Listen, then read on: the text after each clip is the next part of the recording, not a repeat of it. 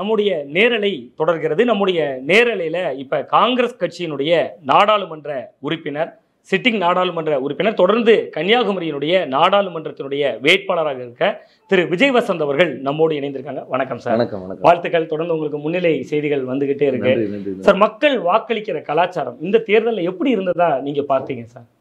இந்த தேர்தலை பொறுத்தவரை பார்த்தீங்கன்னா எப்பவும் போல ஜனநாயக ரீதியாக நடந்திருக்குது. அதாவது மத்தியில் ஆளும் பாஜக அரசு எந்த ஒரு இலக்குகளை கொடுத்தாலும் மக்கள் என்ன நினைக்கிறார்களோ அதை செய்வார்கள். அந்த ஒரு விரல் புரட்சின்றாங்க, அது கண்டிப்பாக இந்த தமிழகத்தில் தான் முதலாக நடந்திருக்கு.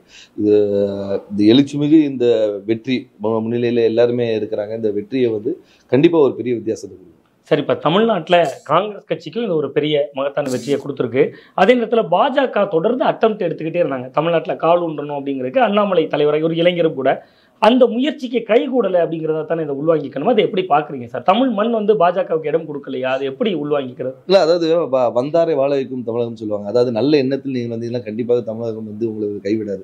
அது ஒரு பிரிவினையை கொண்டு அதில் குளிர்காய நினைக்கும், அதில் ஒரு ஒரு என்ன ஒரு பாசிட்டிவ்னஸோ அவங்களுக்காக ஒரு செல்ஃப் எஸ்டீம் எடுக்க நினைக்கும் போது கண்டிப்பாக மக்கள் அதை ஏற்றுக்க மாட்டாங்க.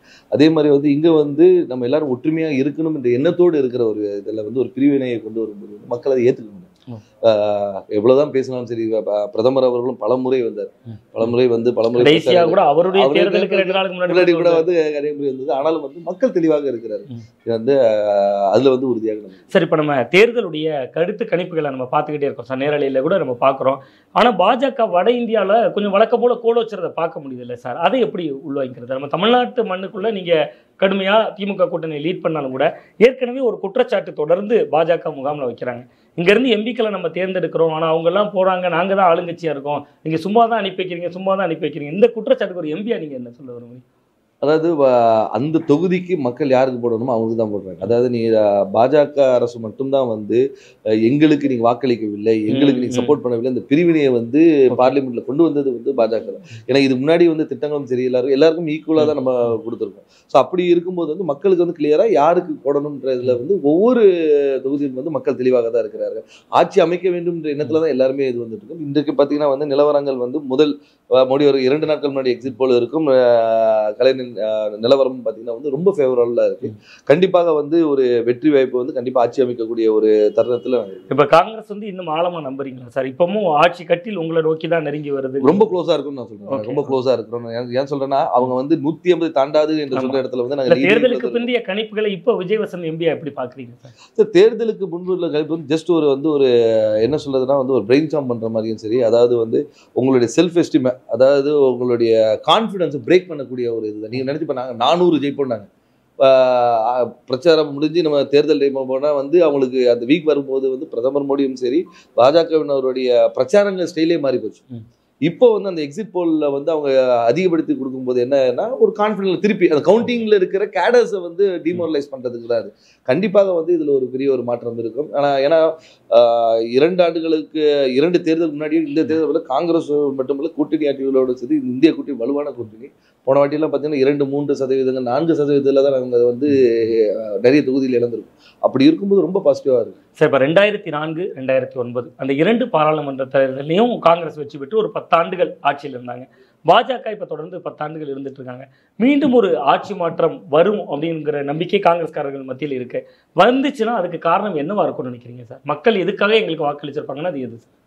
மக்கள் ஒரு இந்தியா ஒரு செக்குலர் கண்ட்ரி. அந்த செக்குலரிசமும் சரி எல்லாரும் வேற்றுமையின்றி ஒற்றுமையாக இருக்க வேண்டும் என்ற எண்ணம் எல்லாரோடையும் இருக்கிறது. இது எங்கெல்லாம் அதை பிரேக் பண்ண முடியுமோ அந்த இடத்த பிரேக் பண்ணிட்டு இந்த பீஸ்ஃபுல்லாக எல்லாருமே எங்களோட லைஃப் ஸ்டைலில் எங்களுடைய வாழ்க்கையை நாங்கள் தொடரணுன்றதுக்காக ஒரு மாற்றத்தை எதிர்பார்க்குறோம். ஏன்னா இந்த 10 ஆண்டுகளில் டிமானிட்டேஷனாக இருக்கட்டும், ஜிஎஸ்டி வரிகளில் ஜிஎஸ்டி வரிகளில் பார்த்தீங்கன்னா இம்ப்ளிமெண்டேஷன் தப்புன்னு நான் சொல்லுவேன்.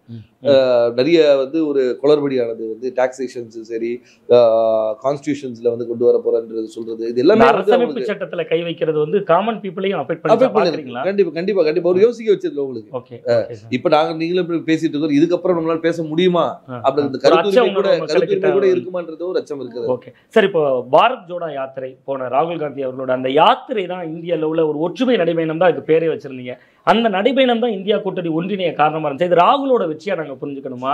இப்போ நம்ம இன்னுமே நம்ம வெற்றி பெற்றோம், ஆட்சி அமைச்சிட்டோங்கிற ஸ்டேஜுக்கு எந்த கட்சிக்குமே நம்ம இப்போ 11 மணி நிலவரத்துல சொல்லிட முடியாது. இருந்தாலும் காங்கிரஸ் ஒரு பலவீனமா இருந்துச்சு அப்படிங்கக்கூடிய தன்மையை மாத்திருக்கு இப்போ உள்ள நம்ம கள நிலவரத்தை பாக்குறப்ப.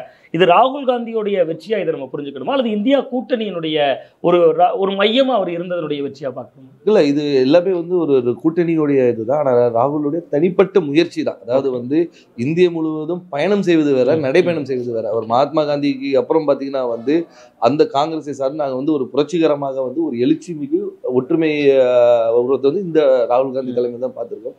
அவரும் வந்து எல்லா மக்களையும் நடந்து சந்திக்கும் போது வந்து உற்சாக வரவேற்பது. முதல்ல வந்து கேலிகளாக இருந்தாங்க, எப்படி நடக்கிறாரு பார்க்கலாம், நடந்து வாரா பார்க்கலாம், அப்படி வந்த கூட்டம் இல்லாம நடந்துட்டாருப்பா, நடக்கிறாருப்பா, பேசுறாருப்பா அப்படின்ற ஒரு இது வந்தோன்னா எல்லார் மத்தியிலும் வந்து ஒரு ரீச் வந்து. அதாவது வந்து மோடி அரசாங்கம் வந்து என்ன பண்ணாங்கன்னா, ஒரு மீடியாவை கண்ட்ரோலில் வச்சுக்கிட்டு வட இந்தியாவில் மீடியாக்களை கண்ட்ரோலில் வைத்துட்டு காங்கிரஸும் சரி இதர கட்சிகள் அலையன்ஸ் எல்லாருமே வந்து சப்ரஸ் பண்ணிக்கிட்டே இருந்தாங்க. இது வேர்ட் ஆஃப் மவுத்தா மாறிச்சு. அதாவது வந்து நீங்க வந்து மீடியா இல்லாம வந்து ஒரு ரியாலிட்டி, கிரவுண்ட் ரியாலிட்டி என்ன சார்? முதல் 3 சுற்றுகள் பாக்குறப்ப நரேந்திர மோடியே பின்னடைவுல தான் இருந்தாரு. அந்த அளவுக்கு அதிருப்தி தொகுதிக்குள்ளேயே இருக்குன்னு பாக்குறீங்க? தெரியுதே, ரொம்ப அதிர்ச்சியா இருக்கு. வளர்ச்சியின் நாயகனாக முன்னிலைப்படுத்தப்படுவர் பிரதமர் மோடி. முதல் 3 சுற்றுகள் அவரே பின்னடைகிறாரு. மக்கள் ஒரு மாற்றத்தை எதிர்பார்க்கிறாங்க. 4வது சுற்றுல ஒரு முன்னிலை போயிட்டாரு நம்ம பேசிட்டு இருக்கிற இந்த நேரத்துல. இருந்தாலும் முதல் 3 சுற்றுகள்ல அது ஒரு அதிர்ச்சி அளிக்கக்கூடியதா இருந்துச்சு. தொடர்ந்து சசி தரூர் கூட காங்கிரஸ்ல பின்னடைவை சந்திக்கிறாரு. இதை எப்படி அப்ப புரிஞ்சுக்கிறேன் சார்? மோடியை ஒரு பக்கம் நம்ம புரிஞ்சுக்கிறோம், இன்னொரு பக்கம் அங்க பாஜக கேரளா மாதிரியான மண்ணுகள்லையும் கால் ஊன்றது இல்ல? கண்டிப்பா அவங்க வந்து எங்கெல்லாம் டாமினன்ஸ் இல்லையோ அந்த இடத்துல ஒன்றும் ட்ரை பண்றாங்க. இப்போ கூட பாத்தீங்கன்னா வந்து மாற்றங்கள் வந்துகிட்டே இருக்கும். ஏன்னா வந்து ஒவ்வொரு தொகுதிக்கும் ஒரு தன்மை இருக்கு. நான் சொன்ன மாதிரி வந்து அந்த கலை நிலவரங்களை வச்சுதான் நம்ம இது போயிட்டு இருக்கோம். கண்டிப்பாக சசி தரூர் அவர்கள் வெற்றி பெற போறது உறுதியாகிவிடுது. ஆனால் வந்து சில இடங்கள்ல வந்து அந்த ஒரு மாற்றங்கள் இருக்கும்ல, அந்த ஒரு டர்புலன்ஸ் தான் சொன்னாங்க. கண்டிப்பாக வந்து கேரளா மட்டும் இல்ல, தமிழகம்ல வந்து தென்னிந்தியாவில் வந்து மிகப்பெரிய வாக்குகள் வித்தியாசத்துல வந்து பல சீட்டுகளை எடுப்போம்னு ஒரு நம்பிக்கை இருக்கு.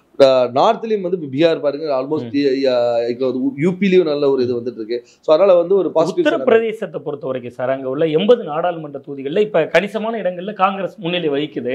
அதுக்கான பின்னணி என்னன்னு பாக்குறீங்க? கூட்டணியும் சரி இருவரும் சேர்ந்து ஒரு எண்ணத்தோடு ஒரே சிந்தனையோடு வந்து செயல்பட்டது தான் வந்து பெரிய. சார், நீங்க கூட்டணியில ஒரே சிந்தனை அப்படின்னு சொன்னாலும் கூட அதுல கூட சில ஒரு சின்ன விமர்சனமான கேள்வி இருக்கு சார். கேரளத்தை பொறுத்தவரை காங்கிரஸும் கம்யூனிஸ்டும் எதிர்த்து நிற்கிறீங்க. மேற்கு வங்கத்துல மம்தா பானர்ஜி கூட்டணியில இருக்காங்க, அவங்களை எதிர்த்து இன்னொரு மாநிலத்தில் நிற்கிறீங்க. இந்த மாதிரியான பிணக்கங்களை எல்லாம் தாண்டி ஒரு குடையில இணைஞ்சது எப்படி சாத்தியமாச்சு சார்? கன்னியாகுமரியில உங்களோட கம்யூனிஸ்டுகள் கைகோர்த்து வர்றாங்க, களியக்காவலையில போயிட்டோம்னா நீங்க அவங்கள திட்டுறீங்க, அவங்க உங்களை திட்டுறாங்க. இது எப்படி சார் சாத்தியமாகுது? அதாவது என்னன்னா, இந்த ஒரு மனதாக எல்லாருமே வந்து அவர் கட்சிகளுக்கு அப்பாற்பட்டு வந்து இந்தியா வெல்ல வேண்டும், இந்திய கூட்டணி வெல்ல வேண்டும் எண்ணத்துல வந்திருக்கிறாங்க. நம்ம எல்லாருக்கும் வந்து ஒரே ஒரு ஆப்போனன்ட் பிஜேபி. அந்த ஒரு இதுல இருக்கு. இப்ப ஆம் ஆத்மி பாத்தீங்கன்னா டெல்லியில கூட்டணி இருக்கு, பஞ்சாப்ல. சோ அப்படிப்பட்ட தருணங்கள் இருக்கும்போது அந்தந்த கிரவுண்ட் லெவல்ல நம்ம ஃபைட் பண்ணிப்போம். ஆனா ஓவராலா நம்ம யுனைடடா இருப்போம் அப்படின்ட்டு. இப்ப தேர்தல் முடிவுகளுக்கு பின்பு இதே அளவுக்கு அச்சாரமா இந்த உங்ககிட்ட இருந்து வந்தவங்க எல்லாம் உங்க கூடவே பின்னாடி நிற்பாங்க அப்படிங்கக்கூடிய நம்பிக்கை அந்த இந்தியா கூட்டணி சிதறின நெல்லிக்காய் மாதிரி ஆயிரும் அப்படின்னு பாஜக ஒரு விமர்சனம் வைக்கிறாங்க. இல்ல, கண்டிப்பாக வந்து இது இன்னும் ஸ்ட்ராங் ஆகும். ஏன்னா வந்து இந்த கூட்டணியை வந்து இவ்வளவு தூரம் கொண்டு வருமானு இருக்குமான்னு சொன்னவங்களை வச்சு இன்னைக்கு தேர்தலை சந்தித்து இன்னைக்கு நம்ம ரிசல்ட் வரைக்கும் வந்திருக்கும் போது கண்டிப்பாக இதை பேலன்ஸ் பண்ணக்கூடிய எல்லா முயற்சிகளும் வந்து எல்லா தலைவர்களும் எடுப்பாங்க. ஏன்னா வந்து அடுத்து வந்து ஒரு இந்தியாவுடைய எதிர்காலம் எப்படி இருக்க போகுதுன்ற ஒரு கேள்விக்குறிக்கு வந்து ஒரு முறியடிக்கக்கூடிய தருணம் தான் அது. கண்டிப்பாக வந்து ரொம்ப ஸ்ட்ராங்காக வரும். ஒரு சிறிய விளம்பர இடைவெளிக்கு பிறகு இன்னும் ஒரு மிகவும் பரபரப்பான நேரம் அவங்களுக்கு தொடர்ந்து முன்னிலை நிலவரத்தில் இருந்தக்கூடிய அந்த களத்தில் இருக்கக்கூடிய சூழல்லையும் நம்ம நிமிர்ந்து நேரலைக்காக நம்ம கேட்ட உடனே சம்மதிச்சுங்க. ஒரு சிறிய இடைவெளிக்கு பிறகு ஒரு 5 நிமிடங்கள் மட்டும் எங்களுக்காக கூடுதலாக கொஞ்சம் எடுத்துக்கிறோம். ஒரு சிறிய இடைவெளிக்கு பிறகு நேரலை தொடரும்.